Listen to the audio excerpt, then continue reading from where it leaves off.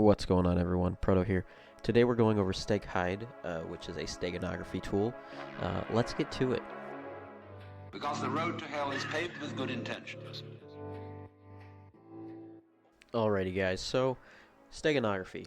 It is a thing that I've done in the past for a capture the flag that I did a couple years ago. I never really did a video on it or a post on it. If I did, it's gone and vanished, and I don't know where it went. So, part of the project that I'm working on, which thanks to the 3D printing group that I'm with, I am still working on getting my 3D printer to work. I have only threatened to set it on fire once and then throw it off my roof twice. So there's that. But this is kind of that last updated part to that project, but also a useful tool that can be used alongside PGP. If you don't know what PGP is, or haven't used PGP, or want to know what PGP is, then there's going to be a card somewhere on the screen. Click that, go watch that video, and then watch this one. Alrighty, so let's get to it. Steghide. Steganography, and you.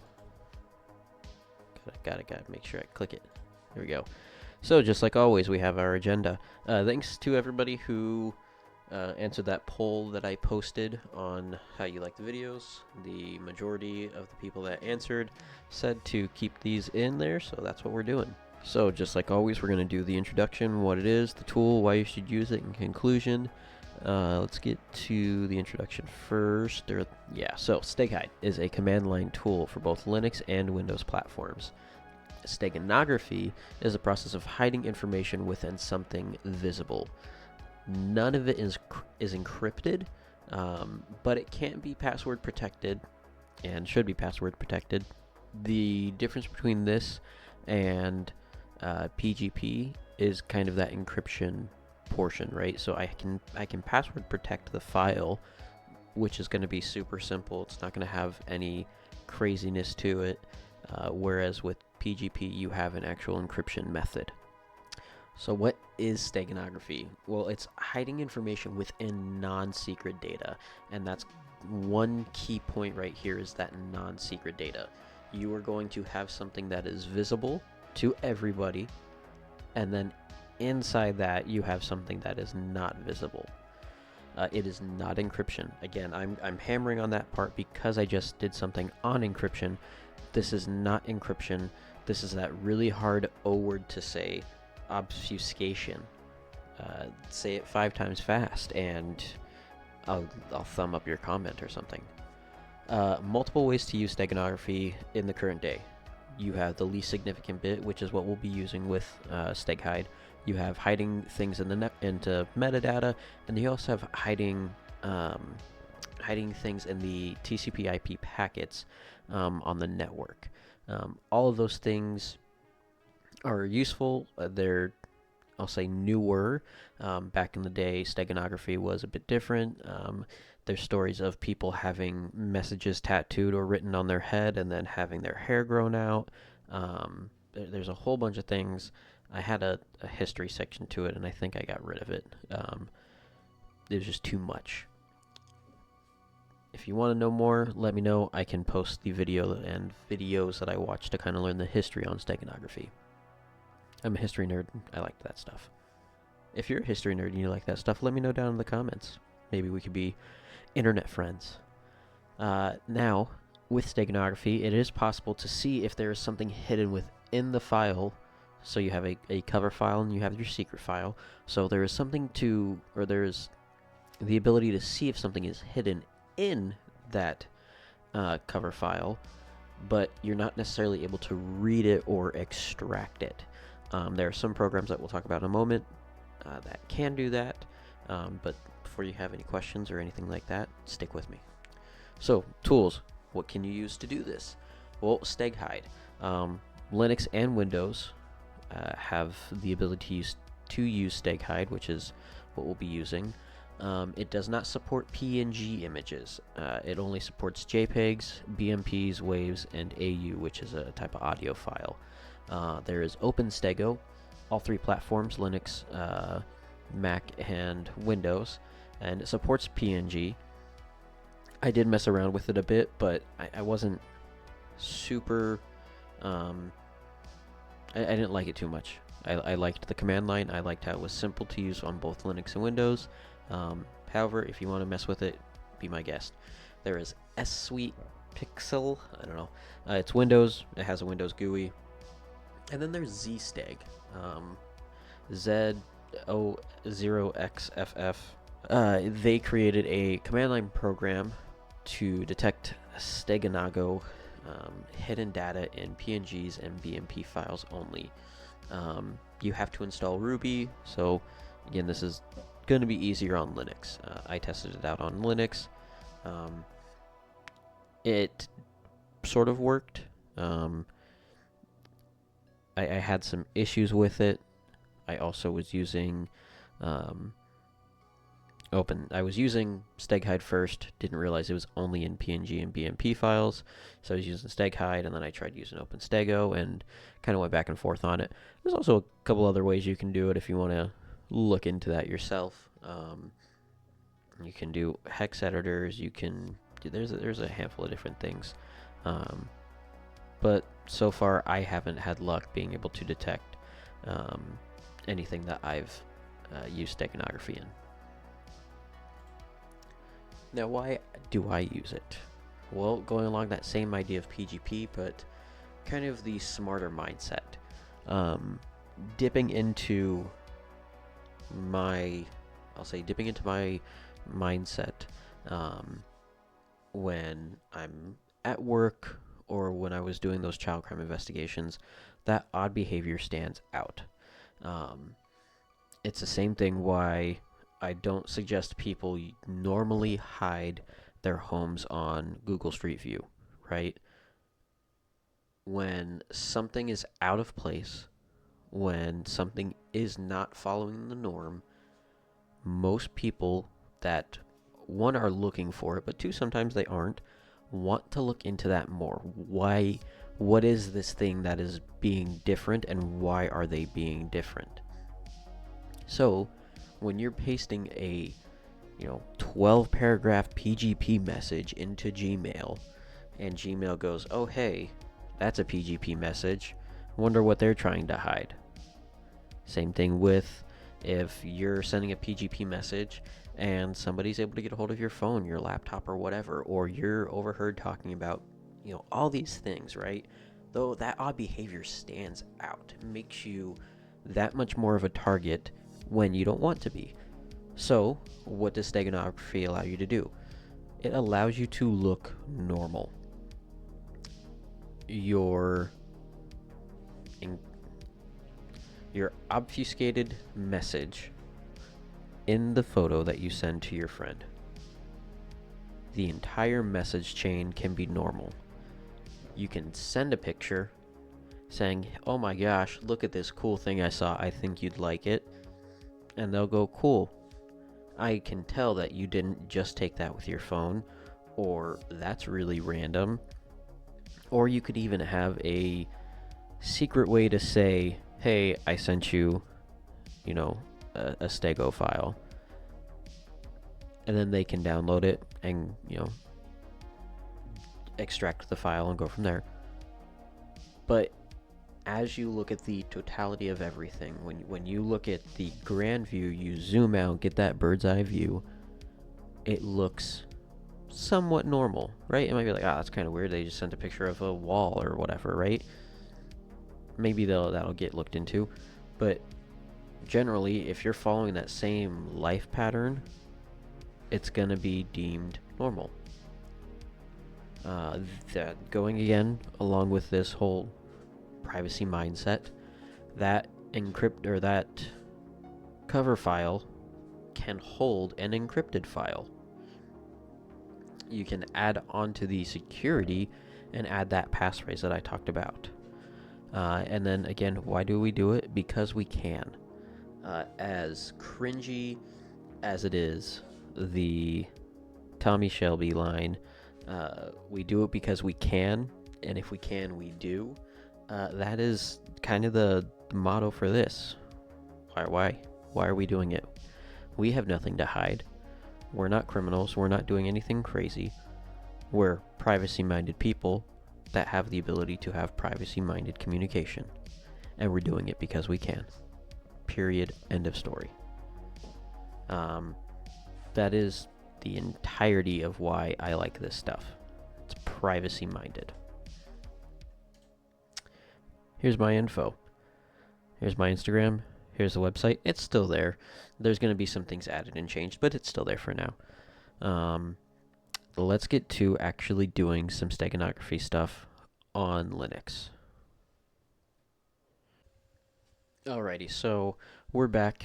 We are in my Linux WSL, just because simple things like this, it's way easier than opening up the whole VM. If you don't know what WSL is, Windows Subsystem for Linux, then you should check it out. I think I did a very short video on it. If I did, there will be a card somewhere on the screen. If not, check out Network Chuck's video. His is really good, very thorough, helped me out a bunch. I have an Arch Linux system on here, as well as Ubuntu. What I'm using for this one is the Ubuntu, just because I don't need to feel special. But I do use Arch at times. So, what we're going to do is, I'm going to check out a couple files that I have. If I can find my keyboard. And if I can click on the right screen. So, I have a couple things here. First thing we're going to do is we're going to read this one. So here are the steps to embed a file. You use the Steghide the Steghide command, embed -cf, that is the cover file, and then the photograph. Remember, it has to be the JPEG, the BMP, the AU, or I believe it was the WAV. If you do Steghide, if you just type in Steghide, it comes up with all the commands.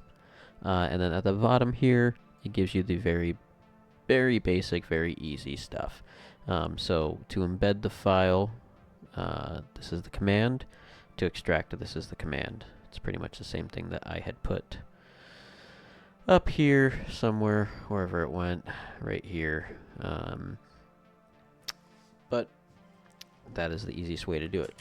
So, just to make it clear, simple, and easy. The CF is the cover file, so that is that photograph that you are going to be sending to somebody. There's a few different things we'll talk about in the actual sending, but just for proof of concept right now, you have the photograph file, and then the EF is that embedded file, which is the text file that you have. The -P, you can use a call sign or a passcode. That is my suggestion if you were going to send it to somebody, simply. Call sign Red1, Vader. I don't know.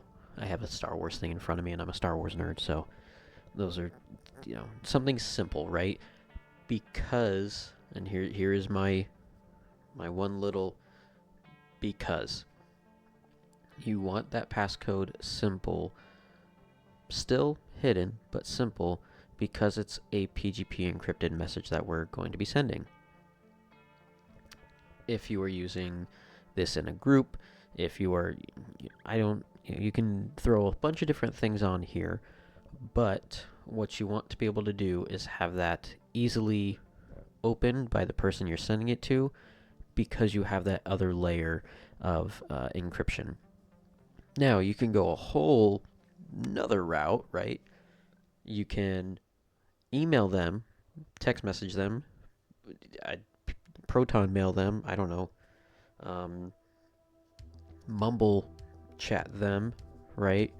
If you don't know what mumble is, let me know. I can do a video on that. I think I did a video on it. If I did, well, look at that. I'll just throw up another card. But you can send them a PGP encrypted message with the passcode. I don't recall if there's a character limit. I assume there is. I've only tested this with simple passcodes, obviously. And then let them know in that PGP encrypted message, hey, I'm sending you this photo. It's Stegoed. Open it up with this passcode and then my public key. Boom, there you go. Now everything's there. It's crazy. Super encrypted, super secret squirrel stuff, right? That's again, if you want to go that far out. If you're sending this within your group, whatever it may be, if you guys have a name, however you want to use that passcode, that's what I'm suggesting. Again, we're not doing illegal things, we're just privacy oriented.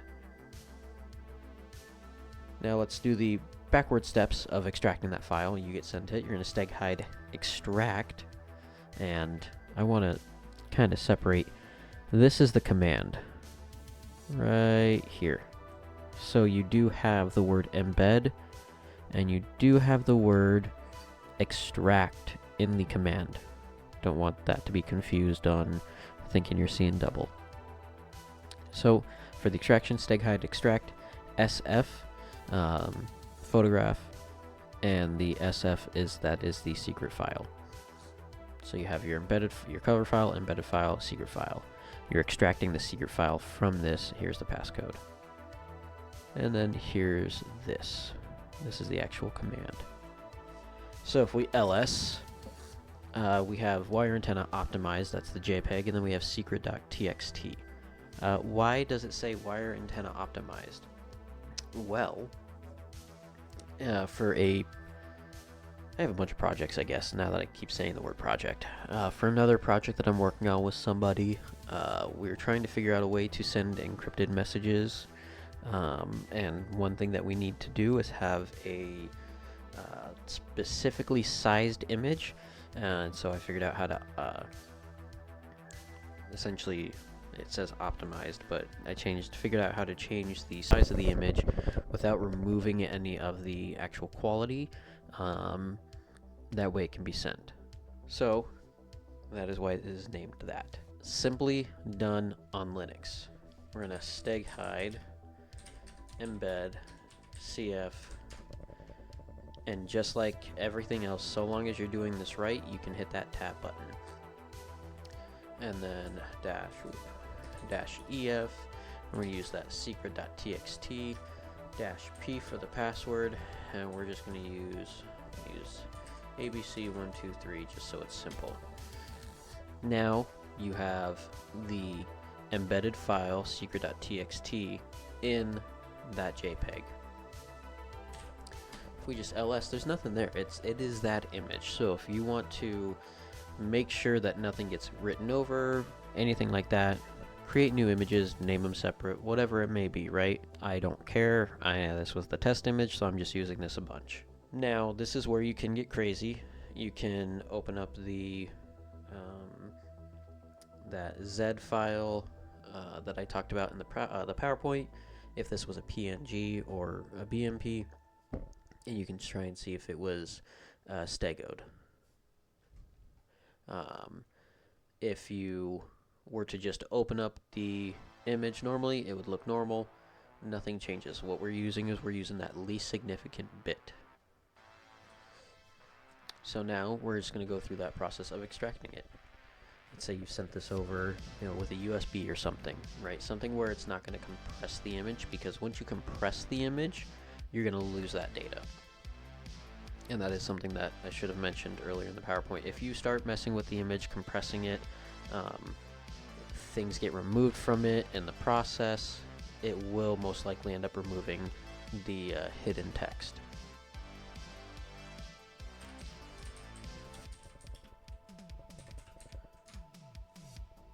And then we have SF and wire antenna JPEG -p for the password, ABC123.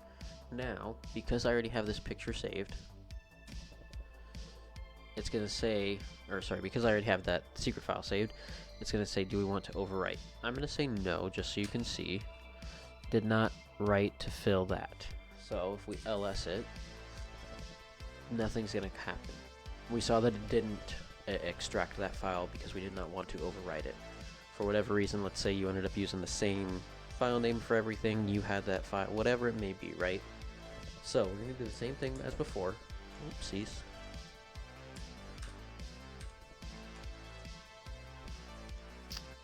Except at the end, or somewhere in here, I like doing it before the passcode. And then I'll show you actually right here. Let's say we didn't put the dash P, we just did XF is going to be the extracted file, what we want to name it. Just going to name it my message. It's now going to ask for the passphrase. And just like in typical Linux fashion, it's not going to show you the passcode as you type it. If you do the dash P, you'll be able to see the passcode as you type it. So, I wrote the extracted data to my message. If we ls, boom, my message. And then if we cat my message, now we have that PGP message. Oh my god. Well, we can read it like this, right? If we want to, we can copy this. We can open it up in Cleopatra if we're on a Windows machine. But we're on Linux. So, if we ls right quick, see that it's still my message. GPG-D for decrypt. My boom. Boom. And here we go. Yes, I know it's not valid. But here is the message. Can't see what I'm... There we go. My monitor in the way. So, thank you for watching this video.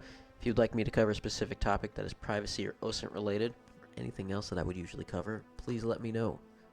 That's the end of this video. If you liked this, let me know. If you want me to cover other stuff like this, let me know. If you want, some more history, if you want whatever it may be, let me know. Windows, it's the same thing. You're using it all in the command line. There's nothing different. Again, I'm suggesting Linux. You'll see why in a couple videos. Next video, we're going to be going over back to OSINT stuff and going over how family can actually ruin your OSINT protection. So, stick with it. Let me know if you like this stuff, and I will see you guys next time.